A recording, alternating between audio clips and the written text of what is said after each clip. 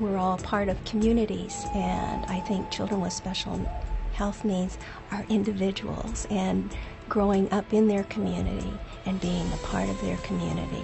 Christopher is Christopher, and the kids know him as Christopher. He's not the kid, the wheelchair kid. He's Christopher.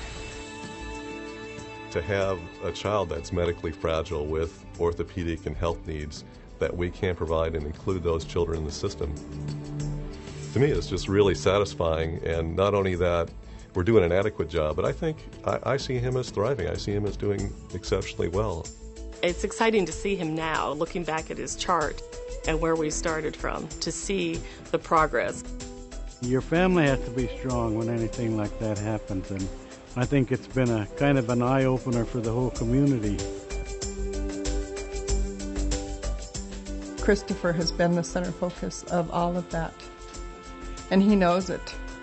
He's very loved by everyone. It isn't just a job for a lot of these people. They love what they do, and they do a good job at it.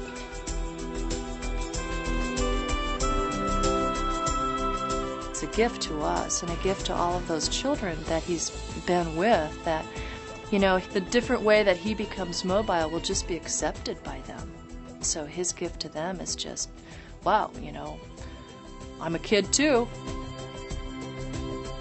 The mom was so amazing. When she accepted it, it seems like it was okay for everybody.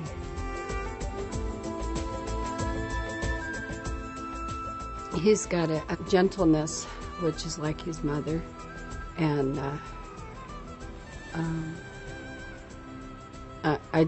he's going to be loved and liked by everybody because of that. I know my wishes is for Christopher to be as independent as possible, to be able to do the things that he wants to do as he sees other kids do it, and to be able to, whether it's public transportation or whatever it may be, I want him to have the ability and not to have any fear of trying to do that on his own. I just want him to be as independent as he can be.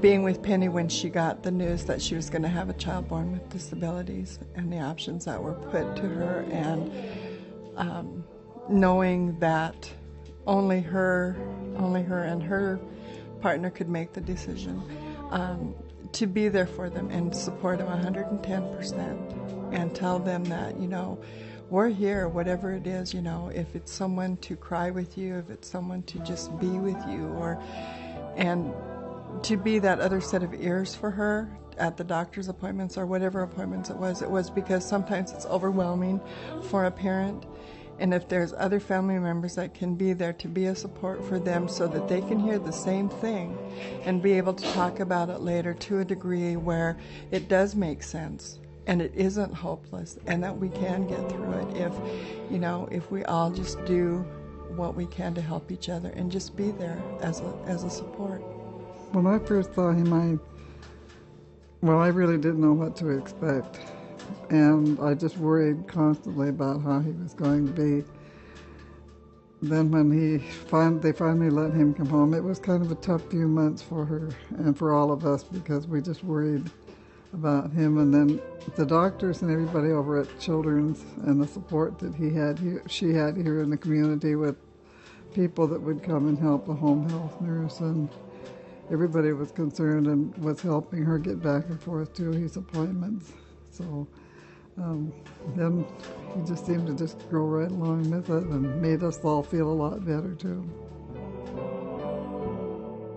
He's one of the first children, maybe not the first, but one of the few that have had disabilities where he's needed so much attention, and the community is so warm and giving and they've accepted Christopher for who he is and what disabilities he has. And I think there's some that he has real close bonds and ties with, and those are the ones at the child care and the early Head Start that he's dealt with on a day-to-day basis and he feels real comfortable with. So community, he's been accepted really well.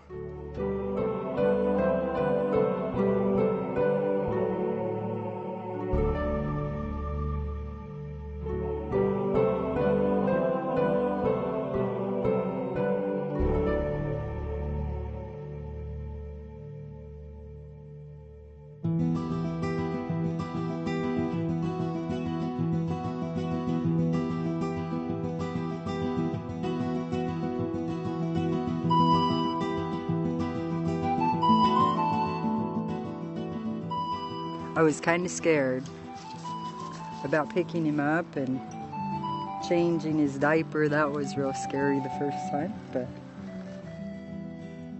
now it's just he's just one of the other kids to me now. It's really not a lot different.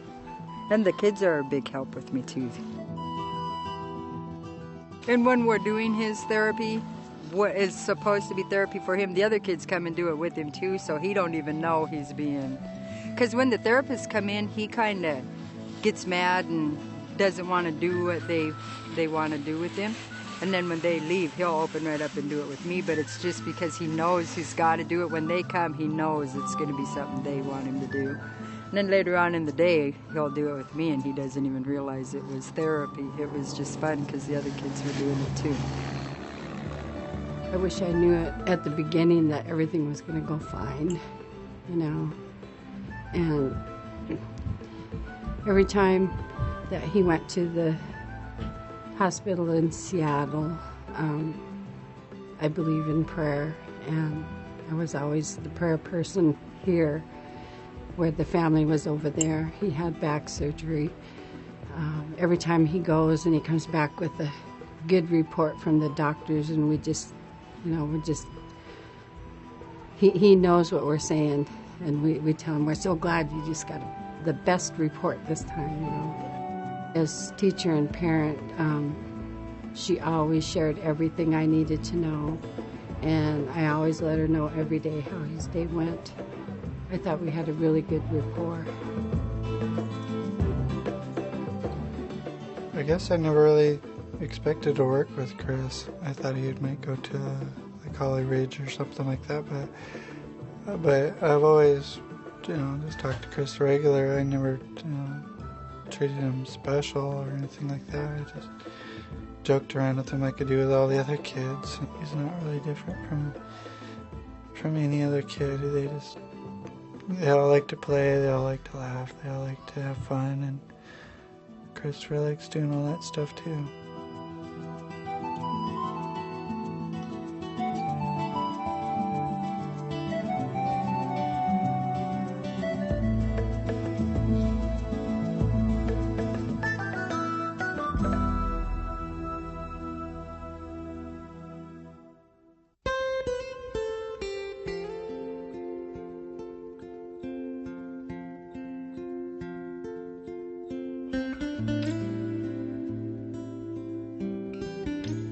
I had just started working in early intervention for a couple months at the time that I met Christopher, and I was a little overwhelmed.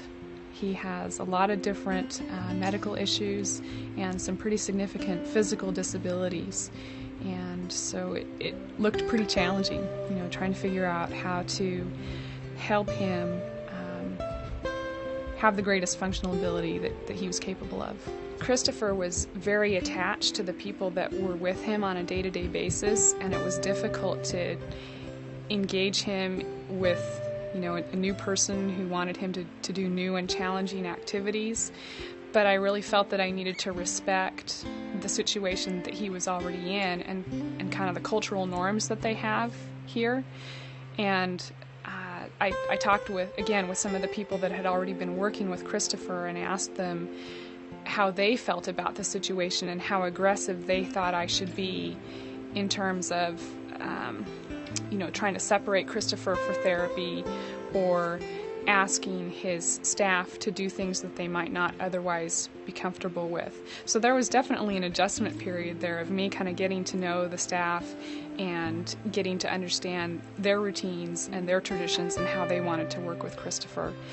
But after the first few weeks, I really found it to be a strength that all the people around Christopher are so involved in what he needs to be doing, and they're so excited about what he's capable of.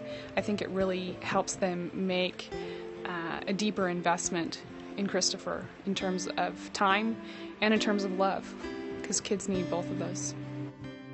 Well, usually we do individual teaching, just one-on-one, being sure that they understood, being sure that anybody who was interacting with him knew. We also had some things written down, too, but mostly it was just one-on-one teaching each other, and they would present problems to us or concerns that they had about, gosh, this is too tight, or it's too straight, or it's too this or that, and then we would, help iron it out and figure out those things one-on-one, because somebody was there at Head Start once or twice a week, and somebody was at home pretty much. We had pretty good opportunity to communicate.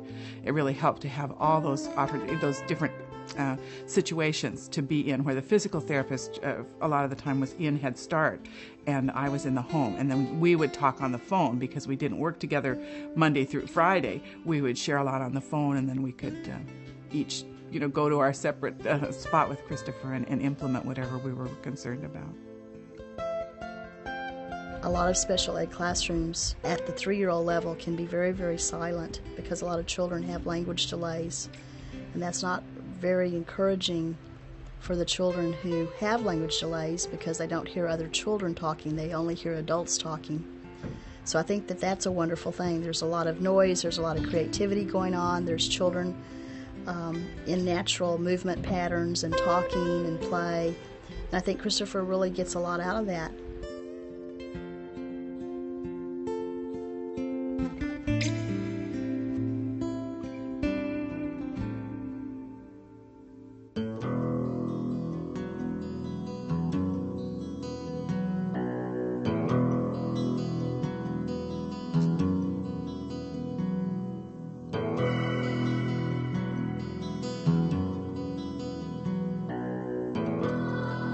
For me as the coordinator, to not be the person that's coming in to say, okay, this is the way it's going to be, we just can't do that.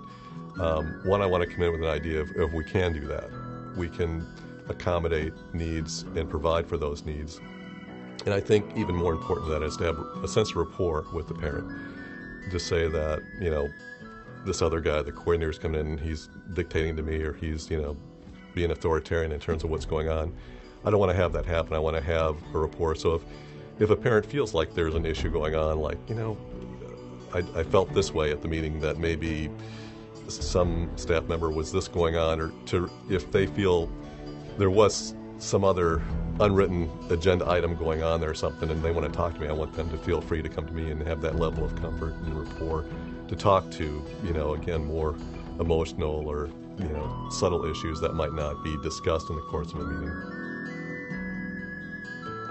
The Sklallam community is so oriented to providing wraparound services. It's been a real positive experience. And I think one that has been an opportunity for our early intervention program to expand and I think better define how we can integrate and things that we need to look at when we see children in their what we're now calling natural settings, and we do serve other children, as I said earlier, in their daycare settings, but to the extent that we relate to those personnel and to that staff in an ongoing way, I think that with Christopher it made us coalesce some of our ideas and our process, so that we are more aware up front of that and dealing with that across the board. And what I think is great is when we did his IEP, the individual plans, that when they would say, well, we don't see Christopher doing this, then Carrie could step in and say, well, he does do that, and he can. And it's that I think he feels more comfortable with Carrie, that she was able to tell the therapists that weren't there every day, yes, he can do that. Just because they didn't see it, they didn't think he could do it. Yeah, they didn't know a lot of what he done, because when they were there, he wouldn't do anything. And I tell him, no, he does this, he does it well. It's just today, you have to catch him in the mood. If he's not in the mood, he won't do it. And so they'd just say, well, he can't do that. And when all along he could.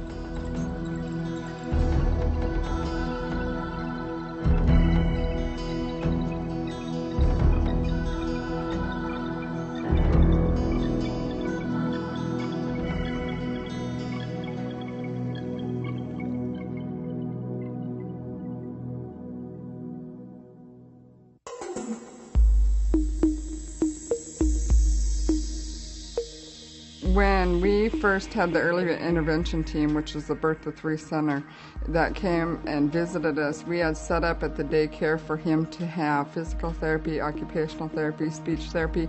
Everything was set up, and they were giving ideas at daycare, and they were real open to coming out any days that we're going to work with him, but to fit in his schedule, so that he wouldn't miss any of his class time where he'd be with other children his age. And they also had offered a Saturday therapy, so we did Saturdays for an hour, which they would come into the home and do the therapy on Saturdays, which was real helpful because they would show me things that we could do at home, things to strengthen Christopher.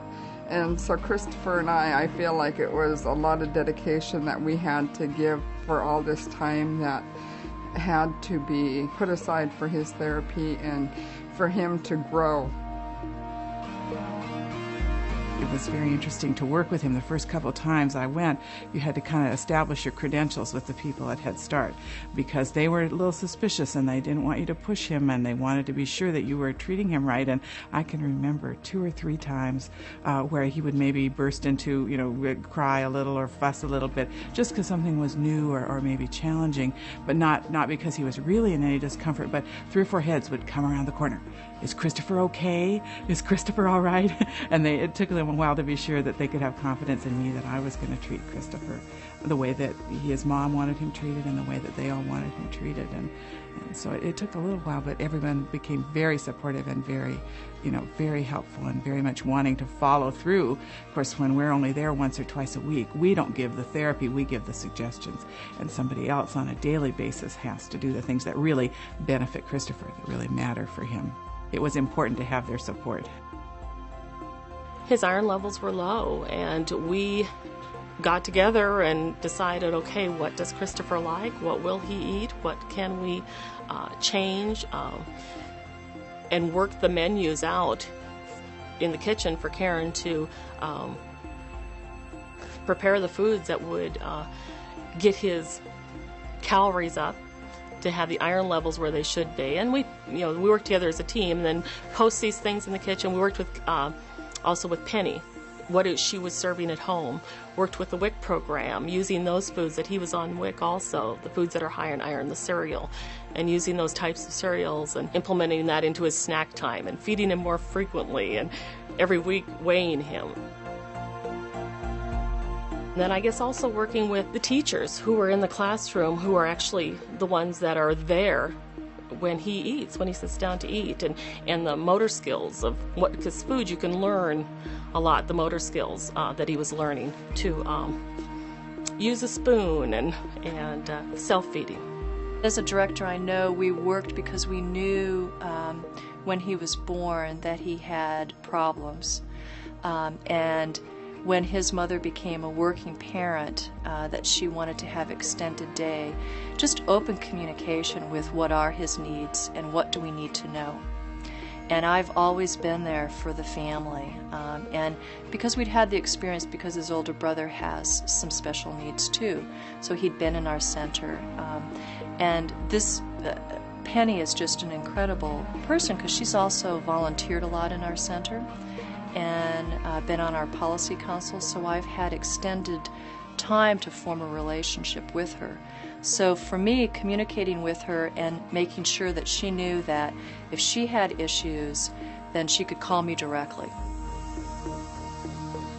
With the professional staff involved, with the staff from Holly Ridge, our Birth to 3 program coming in, and their perspectives and opinions on what should happen with Christopher, the people on the school district side that have now taken over services, and they're looking at the reports and know a little bit about Christopher and saying, oh, this is what we think should happen. And then Mom's kind of in the middle, and also with the tribal representatives from the early Head Start and Head Start here, with their opinions as far as what was going on. I mean, Mom was kind of in the middle of a big group of people, and I think that's can be intimidating for a parent. It's like, oh, these people are saying stuff, and does my opinion matter, and should I just listen to what their recommendations are? What, as a parent, what should I be thinking about in this? So I think to let parents know that really, as the parent, you do have the final say. We want to make sure this is an informed choice, that you know what's going on, that you are well aware of, the options and what different options mean for Christopher.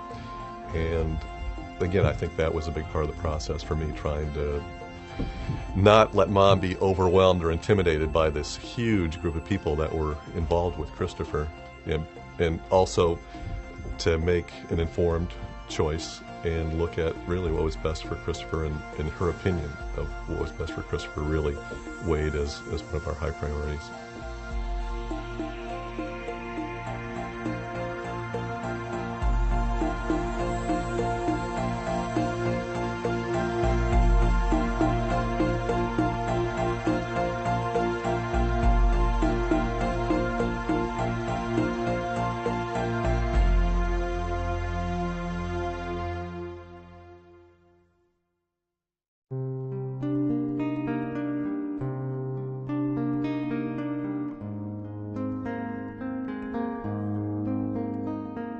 I have a lot of hopes and dreams for Christopher. And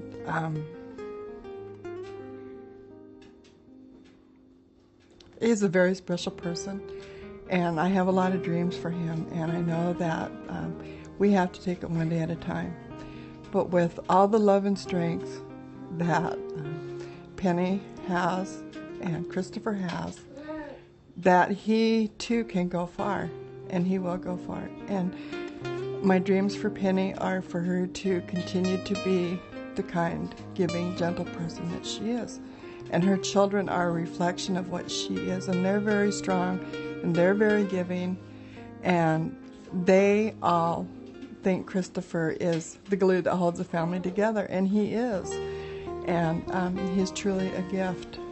I just take his dreams one day at a time, and I let him dream as long as he wants to. If it's down by the water, if it's riding in the car, if he just wants to, walk along with us and tell us, look, if it's something new, and to just let him take every day for what it's worth.